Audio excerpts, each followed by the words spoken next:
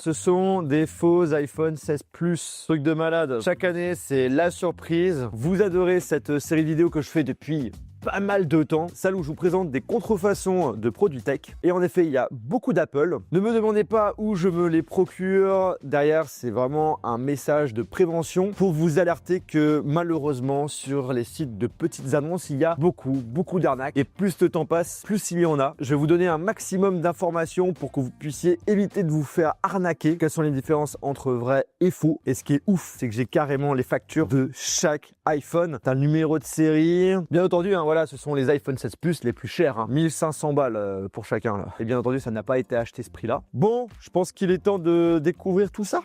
Alors bien entendu, on va faire ça avec les vrais iPhones pour voir si les couleurs se ressemblent bien. Là, c'est tous des iPhone 16. Là, c'est des formats 16 Plus. Après, au niveau du toucher, vous voyez, il y a toujours ce jeu de relief qu'a l'habitude de faire Apple, qu'on a sur les faux, mais qui est beaucoup moins prononcé à mon sens. D'un point de vue visuel, c'est quand même assez ouf. Si on regarde un petit peu plus près, iPhone qui est écrit sur les côtés, logo Apple aussi en haut, en bas. On voit que la couleur est tout de même un petit peu plus foncée sur le faux, mais c'est rien de trop méchant. On va voir sur les autres couleurs si c'est pareil. Le rose aussi, le vert aussi, le noir est un petit peu plus foncé. Ah, par contre, ce qui est intéressant, c'est que sur le blanc, on est sur une couleur plus argent brillant. Je trouve que c'est beaucoup plus sympa sur le fake que sur le vrai. Ça rappelle un peu les anciennes boîtes. Donc je pense que pour le blanc, ils se sont pas trop embêtés. Bon, on va déballer lequel en premier. Celui qui m'intrigue le plus, c'est la couleur verte. C'est ma couleur préférée des nouveaux iPhones. Alors, ce qu'on n'a pas regardé, c'était derrière les boîtes. Ce qui est assez marrant, c'est que sur la vraie boîte, la boîte, elle est sale, alors qu'il est complètement neuf. Alors que sur le faux, tout est blanc, c'est tout clean. La petite languette à tirer, les petites informations sur le produit, le numéro de série, le stockage. Bref, il y a tout. Par contre, si on regarde d'un petit peu plus près, on remarque que les infos sont sur des étiquettes. Alors que sur le vrai, c'est imprégné dans la boîte. Alors Apple, pour éviter justement les arnaques, avait décidé de mettre en place un système de lumière UV. On va voir si ça a bien été copié. Donc là, sur la vraie boîte, on a le logo Apple, iPhone et le petit QR code. On retrouve aussi un petit QR code en bas. L'année dernière, les faussaires ont réussi à faire la même chose. Est-ce que c'est pareil sur les faux iPhone 16 Plus? Ils se sont pas amusés à le recopier. Donc la petite technique de la lumière UV reste quand même efficace, mais sachez que ça ne veut rien dire. Moi, je trouve que la technique infaillible, c'est l'histoire de l'étiquette. Si vous avez une étiquette avec des informations, contrefaçon. Le tirage des languettes.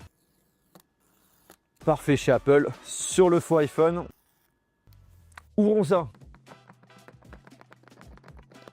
Oh, l'arrière en mat, comme c'est abusé. Regarde-moi ça.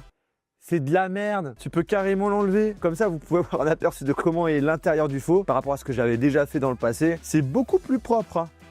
Voilà.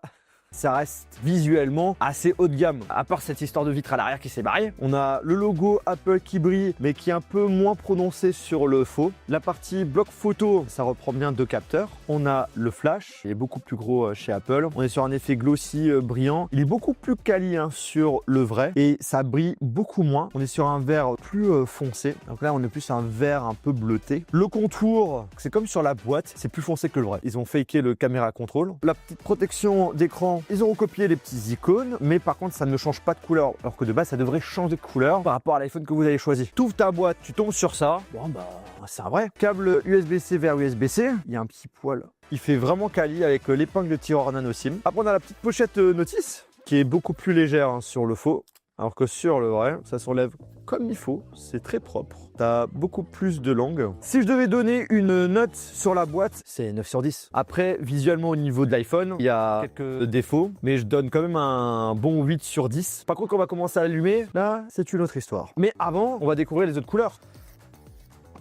On dirait que le contour est un petit peu plus granuleux, cette fois-ci plus clair. Regarde-moi ça. Vrai, faux, c'est ultra propre. Couleur noire.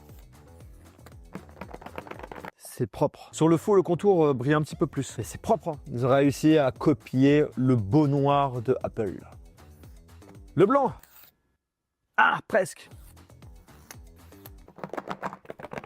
Ah non, le blanc là, il est moche. Le contour là, ça fait un peu jaune doré. Le blanc à l'arrière, il est bien, tu vois, mais le côté, ça rend tellement moche. Bon là, cette fois-ci, on a fait un unboxing spécial pour mon compte TikTok et Instagram. D'ailleurs, n'hésitez pas à me suivre. Comme vous pouvez le voir au niveau du bleu, bon bah, c'est très bien fait. Pour moi, les couleurs où ils ont vraiment bien géré, c'est le bleu, le rose, tout de même le vert et le noir. Toutes les couleurs à part le blanc. Le blanc, il est moche, il est horrible. Et voilà ce que ça donne quand on les met tous ensemble. T'as pas spécialement l'impression que les plus ce sont des faux. Hein. C'est dingue. Les amis, faites super attention quand vous voulez faire une bonne affaire sur internet. Il y en a plein qui vendent des produits neufs et qui vont te dire bon bah c'est tel prix. Au lieu de payer 1500 €, ben tu payes 700 balles. Là tu vas lui demander une facture. Bah, il y a carrément une facture. Tu vérifies le numéro de série en général. Souvent c'est un vrai numéro de série. Tu vas lui demander si on peut l'ouvrir. Bah ils vont te répondre bah non parce que sinon ça perd de sa valeur. Mais la petite technique de l'étiquette là, je pense qu'il y en a beaucoup qui détestent mes vidéos pour ça. Allez, on va vérifier chaque numéro de série. Le vert, WKLT. Verdict, iPhone 16 Plus, acheté en novembre 2024. Le rose, comme ça, si Apple regarde cette vidéo, ben, notez bien les numéros de série, comme ça, vous pouvez directement les blacklister. Hein. Verdict. Pareil, iPhone 16 Plus, date d'achat octobre 2024, encore sous garantie. Le noir, HVQ. Attention, pareil. Par contre, il a été acheté en novembre 2024. Le blanc, le tout moche, IDFT. Encore un vrai numéro de série. Et le dernier, le bleu, trop de tentatives. On va se faire foutre. Découvrons l'écran. Ah là, c'est super propre. L'écran, écoutez, aucune rayure, ça fait plaisir. Ça glisse moins. Je pense pas que c'est du verre même. Mais ça n'a rien à voir avec Apple. Allumons-le. Le petit logo Apple qui s'affiche. On est sur un téléphone qui est sous Android avec une interface qui ressemble à Apple. Donc tout ce que vous allez voir en rapport avec Apple n'a rien à voir avec Apple. Pas besoin de le configurer, hein, ça c'est ultra pratique. Ça lag déjà quoi. On y retrouve les petits raccourcis appareil photo, flash, ok. Vrai, faux. Comme vous pouvez le voir, ils ont copié le Dynamic Island et en termes de taille, c'est vraiment similaire. Les bords d'écran, c'est similaire à part au niveau du bas. À chaque fois, il y a toujours un petit peu plus d'épaisseur. Mais plus le temps passe, et plus on arrive à un écran qui est similaire à un iPhone. L'écran est très peu lumineux hein, sur le faux. Il est déjà au max. La qualité d'écran n'a rien à voir. Même au niveau du tactile, on sent que ça manque un petit peu de réactivité. L'interface reste tout de même assez similaire. About iPhone 16 Plus avec 512 Go. Mais en réalité, c'est complètement faux. Tu dois avoir peut-être 16-32 Go, mais pas plus. On a les petites fonctionnalités Action Button. Ils ont recopié les trucs. Est-ce que ça marche? Là, par exemple, je demandais, ça active le dictaphone. Verdict. Ouais, en fait, ça raccourcit pour ouvrir automatiquement dictaphone. Si je veux lancer le flash, ça l'a bien activé. Et si je rappuie dessus, ça le désactive. Le bouton caméra contrôle, comment ça se passe? J'appuie dessus, ça ouvre automatiquement l'application appareil photo. Déjà, on a visuellement deux capteurs. Dans la logique, c'est un ultra grand angle et un grand angle. Celui d'en haut est un vrai et celui du bas est complètement faux. Ça, c'est l'ultra grand angle d'un vrai iPhone et ça, c'est l'ultra grand angle d'un faux iPhone. Faire une photo de toi, Tristan, on est content d'être ici. Petite photo en caméra frontale. Allez, en vidéo. Ce faux iPhone, en termes de qualité de son et vidéo, ça donne quoi?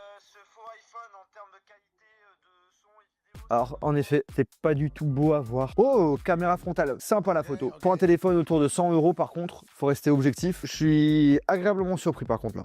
Alors Tristan, je t'aime bien, mais la photo pourrait me mettre mieux en valeur. Ton t-shirt, il est bruité alors qu'il y a un super bon éclairage. La caméra frontale, elle est meilleure que la caméra arrière. Ridicule. En ce qui concerne l'interface, le petit bouton Search pour faire sa petite recherche, le clavier qui nous fait penser à un ancien iPhone, le Control Center. Ah, alors si je dis pas de bêtises, ça, c'était pas avant. Les petites icônes rondes. Et est-ce que tu peux personnaliser ou pas? Non, tu peux pas. Ça reste quand même beau visuellement. Je laisse appuyer dessus. J'ai envie de créer des dossiers. Ça lag. Apple. Voilà, c'est beau. Le faux. J'aimerais y ajouter des widgets. Edit. Add widget. Là, tu as la panoplie de widgets. Et là, c'est sur le vrai. Ça lag. Est-ce qu'on peut déplacer n'importe quelle icône? Ah non, ça c'est dommage. Par contre, quand tu vas dans Utilities, qu'est-ce que tu vois? Du Google. Là, il y a l'application Plan, mais quand tu rentres dedans, c'est Google Maps. Dynamic Island, est-ce que si je laisse appuyer dessus, ça fait quelque chose? Ouais. Ah bah le truc il a disparu. Les photos, bah, il veut pas. Bon, ok. Regardez-moi ce multitâche de qualité de base. C'est comme ça. Et là, c'est... Ah, il y a un truc que j'ai envie de tester. Face ID. Get started. Et normalement, il faut tourner sa tête. Ok, bon bah là en fait, t'as même pas besoin de tourner la tête. Finish, ok, verdict. Il reconnaît mon visage. Regarde, Christin. Je crois que c'est bon. Ouais. Et attends, et là moi? Ah bah je suis choqué. Ils ont mis une vraie sécurité faciale dessus. J'y crois pas. La vidéo touche à sa fin. J'espère de tout cœur que ça vous a plu. Si c'est le cas, on explose les pouces en l'air comme d'habitude. Je pense que dans les prochaines années, on va être assez bluffé sur ce qui va arriver. Bah, n'hésitez pas à vous abonner, c'est totalement gratuit en appuyant sur l'icône qui s'affiche là dès maintenant. Et on a aussi sorti des nouvelles vidéos. Il y en a notamment une où j'apprends à voler grâce à un jetpack. Ouais, et c'est pas fake. Allez, clique.